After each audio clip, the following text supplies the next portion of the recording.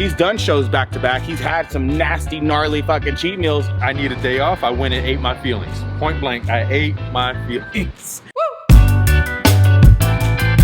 Yeah, I went to Gloria's, got me a big ass bowl of chips, a couple of bowls of the black bean dip, ordered a queso, ordered 2 margaritas, ordered a guacamole, and I was good. Then I started to feel it, you know, I started to feel happy, and so, you know what, more is better. That's what I decided, more is better.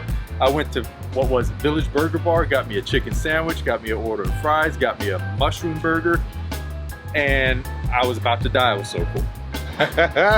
Oh my goodness. And I was like, I fucked up. It's one thing to be able to create that beautiful physique, but it's one thing to also be able to maintain the beautiful physique. We don't allow these moments to continue past that moment. These moments don't last forever, okay? And you can't put fucking fat on over one meal. What's up, guys? Welcome back to the video series. We are doing episode 9. Is it 9? Yeah. Yeah. I can't believe it, man. It's crazy that we're actually 9 episodes deep within the all-in transformation with my man here, Nick Del Toro. Accountability. I feel like we have a really good video today because of kind of just what has transpired over the last week or so. I mean, as you guys know, Nick has been absolutely fantastic. You know, I mean, the amount of perfection that Nick gives me day in and day out, week by week, is just phenomenal. But we're all still human, okay? So this is where Nick is going to chime in and give his story here for this week. Yeah, it's definitely not sustainable. It's a nice story to feel like you don't make any mistakes, you don't fuck up, and you consistently deliver on the weight loss in the terms of the scale. But I was telling John, I didn't want to tell all of y'all, but this is part of the journey. And allowing yourself to understand that it's not really a mess up or a step backwards is great, is a very powerful tool in your toolbox to understand and to know. So anyways, let me chime in. Yeah. I feel like it's just it's about being a little bit vulnerable to you guys. Yeah. You know, for him to kind of be able to speak up about this. So anyways. But anyways, getting back to what I had to share with John is like the times were getting to me. This is usually not really a positive term to associate with yourself, but see, being sensitive is kind of my job because I have to be sensitive to how everybody's frequency, because everybody has a different story, everybody has a different way of ticking, and I have to be sensitive to that to be able to get a genuine form of each individual out so I can get the best side of them so that everybody who watches the stories can relate with them on that personal level. So being sensitive, I started to let the news get to me, started to let the mask get to me, started to let all of these impressions get to me, and you know, I started getting triggered super easy. So I got triggered. I said, you know what? I need a day off. I went and ate my feelings. Point blank, I ate my feelings. I didn't tell him about this immediately, but yeah, I went to Gloria's, got me a big ass bowl of chips, a couple of bowls of the black bean dip, ordered a queso, ordered 2 margaritas, ordered a guacamole, and I was good. Then I started to feel it, you know, I started to feel happy, and so, you know what, more is better. That's what I decided, more is better. I went to, what was it, Village Burger Bar, got me a chicken sandwich, got me an order of fries, got me a mushroom burger, and I was about to die. I was so cool.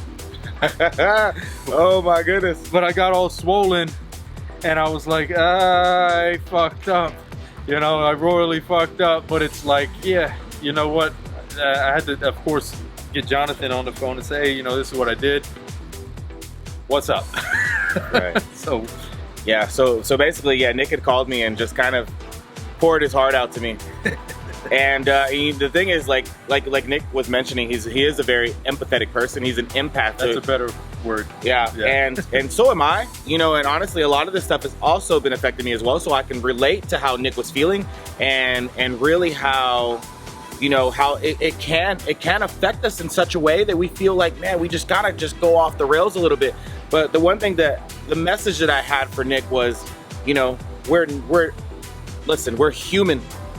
We're gonna have these moments, you know, and the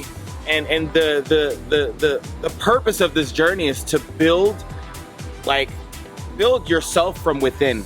okay? And to like kind of remove that self-judgment that we have whenever we feel like we have these moments where we feel like we fucked up, right? So it's like, if we do go off the rails a little bit, man, you know what? I hope we enjoy that moment, and then the following day we just move forward like everything is just good, because we have to continue to live in the now, in the present moment, all right? So if we continue to dwell on things in the past, this is actually something that I mentioned in the previous video, but it actually fell right into what we talked about and how I could use that message to be able to get across to Nick so that he can understand, like, man, you know, it is all good. The point of the whole video was to show that you're good. It's okay. Don't freak out and don't say, oh, well, I messed up. Might as well screw the whole thing and just keep eating. So it's okay to mess up. Enjoy it. Jump right back on. That's what I did. I am traveling again for work. Next week is Tampa, and it's gonna be even crazier. So no excuses. I'm committing myself to not giving myself excuses, no matter that I'm working around the freaking clock.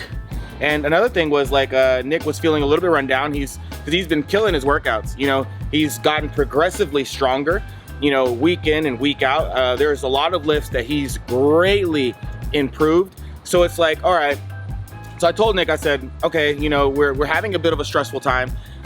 You know, we're feeling some kind of way, and we have to be able to we have to kind of recognize within us ourselves. And obviously Nick is very self-aware. So, and then of course him being able to, you know, share that message with me and share his feelings, we just decided, okay, this week we're just gonna kind of chill out a little bit, you know, so cut back on the cardio, kind of chill out with the workouts and stuff, let your body and mind rest. Okay, so and then from there we can just continue to push forward. So these are things that I feel, you know, are necessary along the journey, because remember, this is not about getting things done in a certain period. This is about creating the lifestyle so that it's something that we're able to take with us for the rest of our lives, so we can build that overall balance. Because my goal with Nick is for him to create, you know, to be able to create a beautiful physique, of course. But it's like, it's one thing to be able to create that beautiful physique, but it's one thing to also be able to maintain the beautiful physique, all right? And that is the ultimate key, and the ultimate goal is so that we can get that, and I can create that from within himself, and say that, all right, you know, we don't allow these moments to continue past that moment, okay? So it's like, if we do have this, fuck, cool, all right? But let's keep going forward. Let's keep building that momentum. Let's get back in the positive mindset. So we do whatever it takes in order to get there. So if we have to listen to some audiobooks, you know, I like to share some audiobooks with Nick. You know, even different books to read. You know, being able to cut out different things. Like, you know, for myself, one thing is, like, sometimes we got to cut out social media, cut out all the distractions, and so that we can be able to come in, you know, and come within ourselves and focus on our internal energy, all right? So that we can settle everything back down, kind of use a little bit of meditation and whatnot, and just, you know, just get back to what we know is what makes us feel great inside, you know, and makes us feel just, yeah, feel good on a day-to-day basis. So that was great, because you know what? It was a turning point, and it was actually a very good learning lesson for us. You know what I mean? So it's like, because I felt like this was something that I feel everyone can relate to. Everyone goes through these things.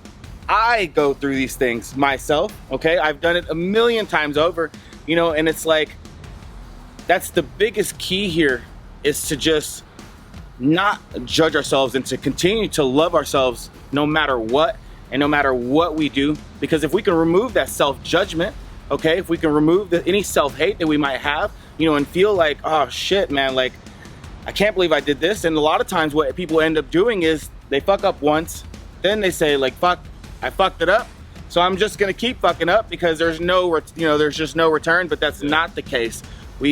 It's these moments don't last forever, okay? And you can't put fucking fat on over one meal.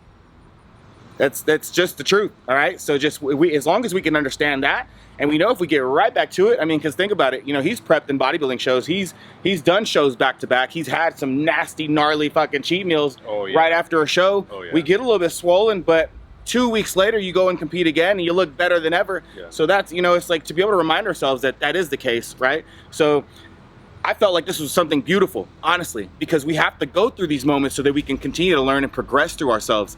And yeah, that's all that this was just a beautiful learning experience that Nick can take moving forward from here, and it's just gonna make him better.